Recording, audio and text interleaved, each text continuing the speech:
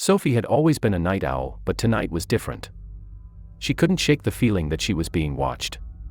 Every creak of the floorboards made her jump, and every rustle outside made her heart race. As the clock struck midnight, she heard a soft whisper in her ear. Sophie. She spun around, but there was no one there.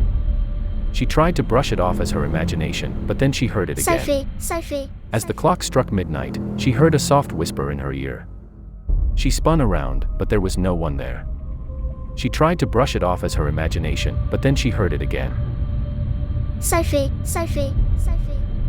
Sophie realized she wasn't alone, and the feeling of dread intensified. She started to feel like she was being suffocated, as if something was slowly squeezing the life out of her. As the night dragged on, Sophie's fear turned to terror. She was convinced that she was going to die. But then, just before dawn, everything went silent. Sophie cautiously got up and looked around the room. There was no sign of the mysterious presence that had tormented her all night.